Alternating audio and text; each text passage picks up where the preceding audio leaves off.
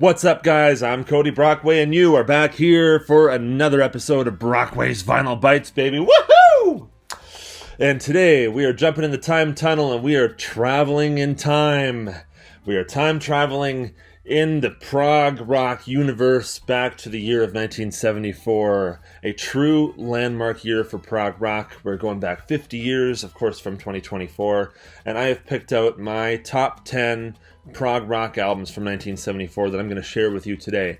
And if you feel like you would like to share your favorite albums from 1974 with me, I would love to hear from you in the comments. So please blow up the comments, like, subscribe, all that fun stuff. I love to hear from you, respectfully, of course.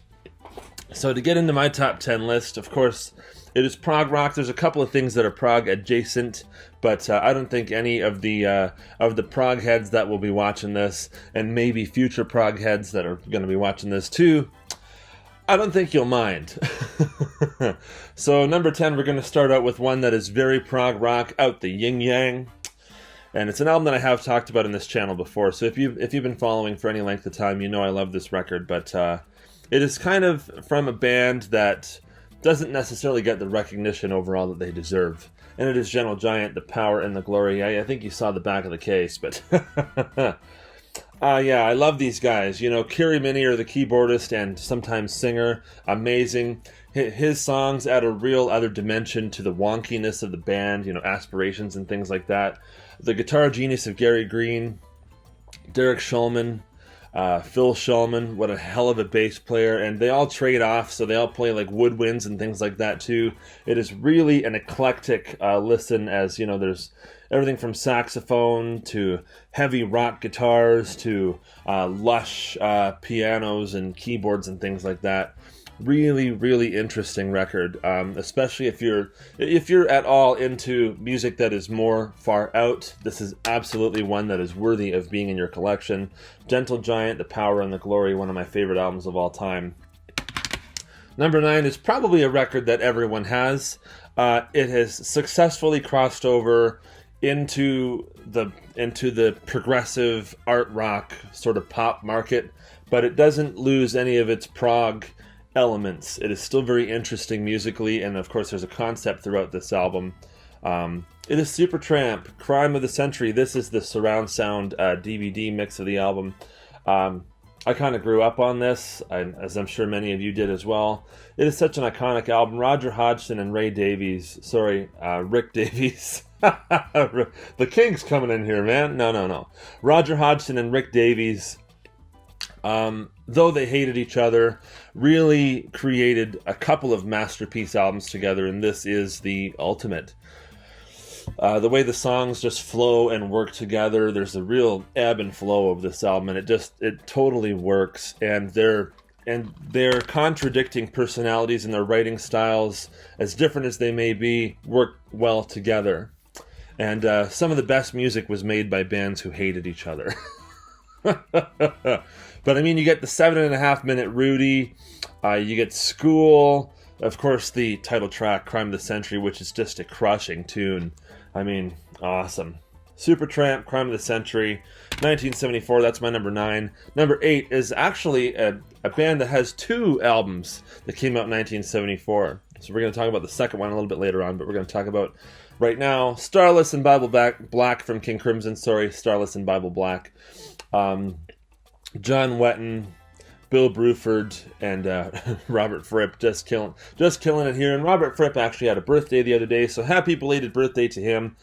The Great Deceiver, Lament, Starless and Bible Black, the title track, and Fracture. There was a video somewhere here on the interwebs of a gentleman who's a really good guitar player, but it actually took him something like 30 years to learn Fracture note for note and like properly the way it was supposed to be played. Really interesting watch if you haven't seen that. But fantastic album. Of course, David Cross is on this too. So it is Robert Fripp, John Wetton, Bill Bruford, and David Cross. But amazing band, and we're going to hear from them again in a little bit.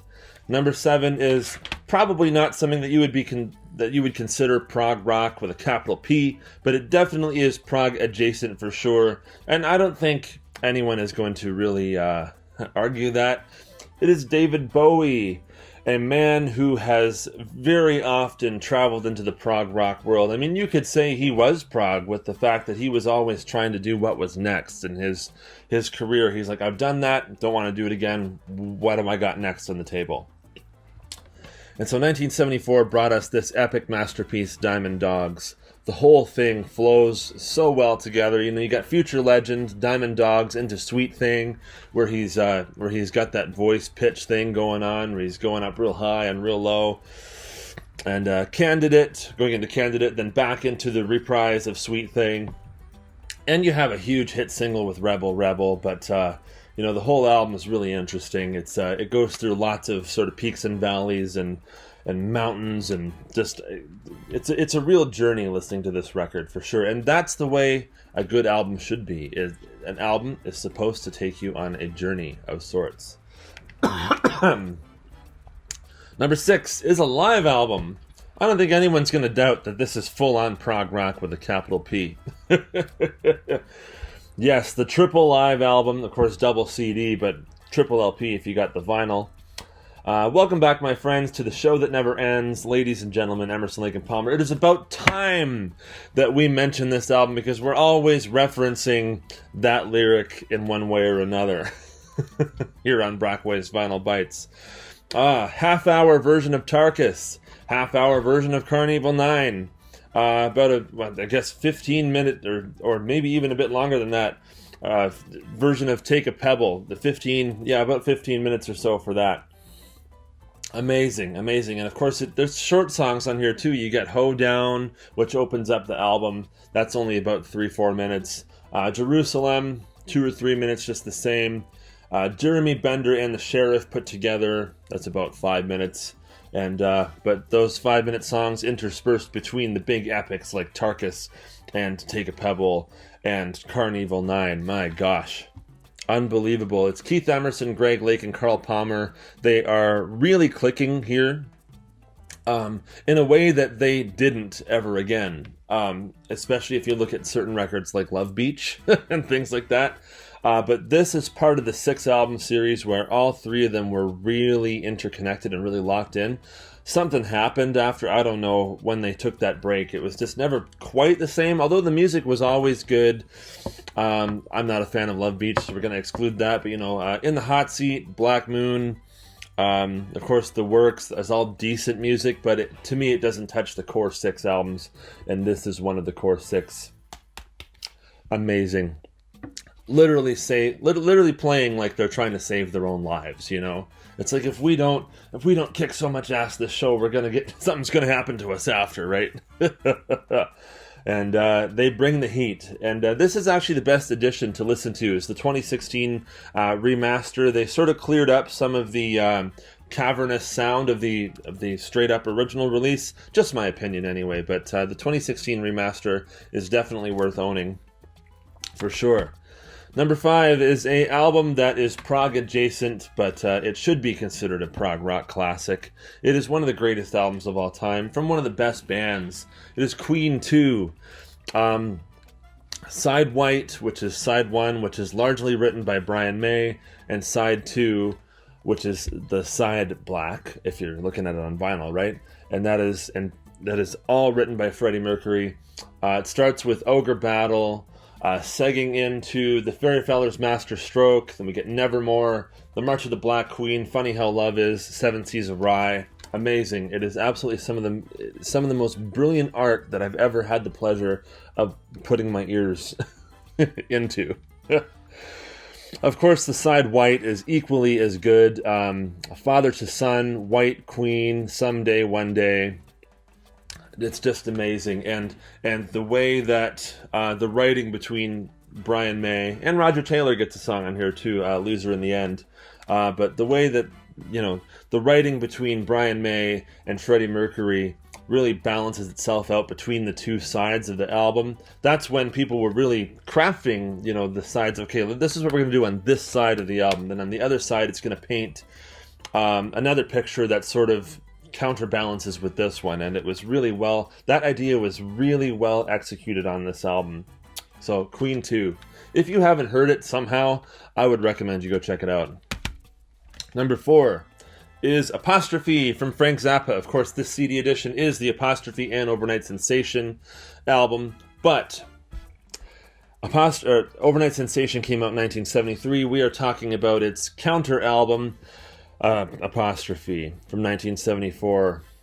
Amazing. The Yellow Snow Suite. If you don't know Joe's Garage and you're just kind of a casual Zappa fan, I'm pretty much guaranteeing that that's what you know him for, is the Yellow Snow Suite. But you get other stuff like Uncle Remus, Cosmic Debris, just amazing. Stinkfoot, you know, his band is just firing on all cylinders. Well, they always were. He never let anyone slack off or slouch, but this is definitely an amazing album. It's just incredible. I mean, St. Alfonso's Pancake Breakfast, I'm still trying to figure that out, man. Everyone is still trying to figure that out, and he wrote it 50 years ago. So you know what? That's a testament to how great Frank Zappa is. If you've been watching this channel for any length of time, you know what I have to say about Frank Zappa. I love him so much, and Apostrophe is my number 4. Number 3 is from my favorite band of all time. This is quite a long album. It is a double album on vinyl and CD. And some people love it, some people don't. I love this album. Even though I don't listen to it as much as it is a long album, but I do love it. It is Genesis, The Lamb Lies Down on Broadway. We're all still trying to figure out the lyrical concept of this album. It's really cool, but it is so cool that people are still trying to catch up to it. But the music on this album is some of the best that this band ever wrote. Of course, you have the title track that opens up the album with that really iconic keyboard piano thing that Tony Banks does, leading into the song, and it fades in. Starts out super quiet, and it just comes in, and then the drums come in. Bang!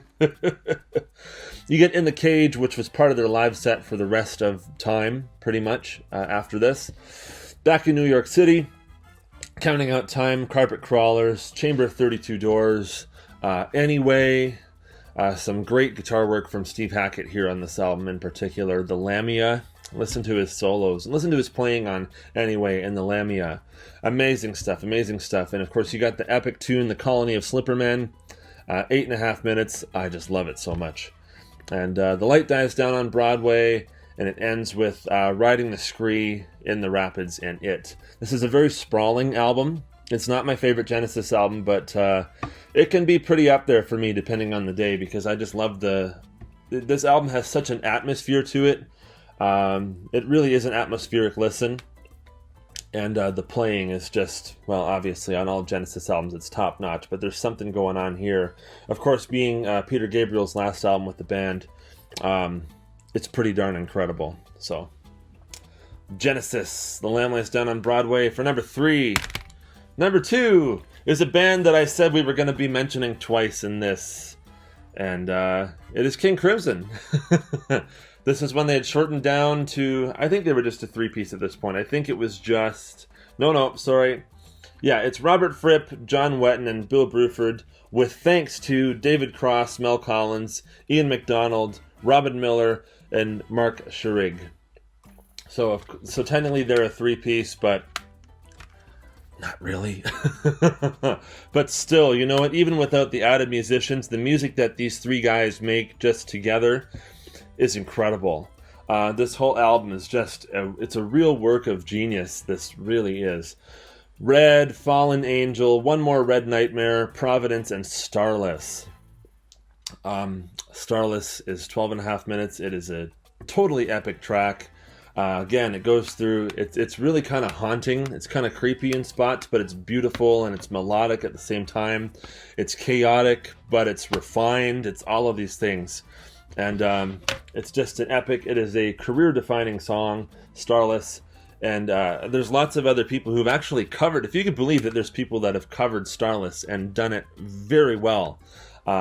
I'm going to tell you right now, UK, when they reformed in 2007 with John Wetton and Marco Miniman on drums, they did a live version of that from the complete UK box set that came out about 5-6 years ago. There's a live version of that, of them doing it in '07, and it was just awesome. And of course, there's a version of that done by Neil Morse, Randy George, and Mike Portnoy on the Cover to Cover album.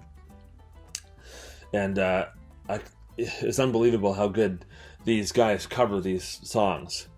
But, this is the original right here. These are the guys that did it. Bill Bruford, John Wetton, Robert Fripp. Unbelievable lineup. And this would be the last lineup that this band would ever do. Of course, King Crimson would break up after this, and they'd come back in the 80s with Tony Levin, Adrian Belew, Robert Fripp, and Bill Bruford. Of course, I love that lineup. You know that. But, yes, absolutely iconic album. And Fallen Angel is one of my favorite tunes. Of course, I really love this whole thing. So that's my number 2. Now, what could number 1 be? I wonder. It is Relayer from Yes. This is the Steven Wilson remix from 2014. Absolutely incredible. 3 songs. Gates of Delirium, Sound Chaser, and To Be Over. Just fantastic. Gates of Delirium is 21 minutes. It's just totally insane for the first 15, 16 minutes of it. You go through the whole battle, what they call the battle in the song, right? And you can hear all the things, especially if you have the surround sound version of it. You can hear all the gunshots and stuff flying around the room with the band playing this cool rhythm underneath it. Hey, if you love the sound effects, you love them. If you don't, there's live versions of that could definitely be appropriate for you. But yeah, with the sound effects and all, and the band just laying this killer group.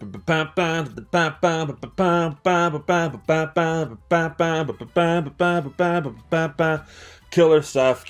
It is one of the most epic tracks of all time.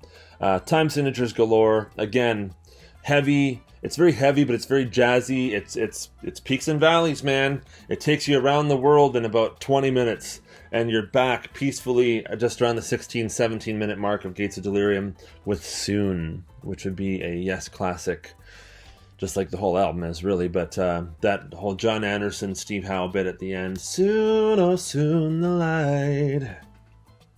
Amazing. And the other tracks are no slouches either. Sound Chaser has one of the best keyboard solos ever recorded. Of course, Patrick Moraz doing that. Big props to him. And To Be Over is a really nice and somber way to end an iconic prog rock album.